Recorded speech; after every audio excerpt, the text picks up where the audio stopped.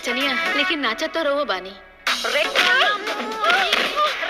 दरवाजा खोलो। ना खोलम दरवाजा रे, ना खोलम। रोज अपने पास सुताई बेको, तू हमार भदार बाड़े तो हमें ना सुताए। जितना तोर हक बा उतने हमरो हक बा इनका पे। रे चुड़ैल, तू हमार भदार के चुम्बी चटबी, दरवाजा खोल। अरे आज वो सुता ले लस, कल तू सुता लिया। हमरा पे आके जानी छेड़ तू।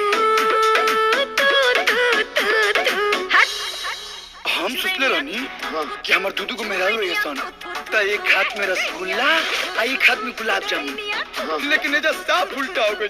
एक हाथ में वो के बेलन रहता है त एगो के हाथ में मुसर। भैया हो, घरे बवाल हो गइल बा।